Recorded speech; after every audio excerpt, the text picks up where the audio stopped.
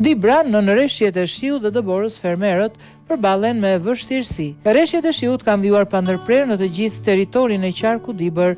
Në lartësinë mbi 1200 metra ka patur rreshje dëbore, ndërsa në disa zona trashësia ka kaluar mbi 20 cm. Rreshjet e dëborës kanë prekur fshatrat e disa njësive administrative në Lur.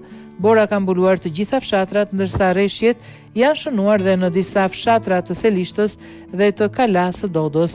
Situata paraqitet me vështirësi për fermerët dhe blegtorët, të cilët ende i kanë baktit në stane për shkak të temperaturave të ulta dhe të kushteve të vështira të motit.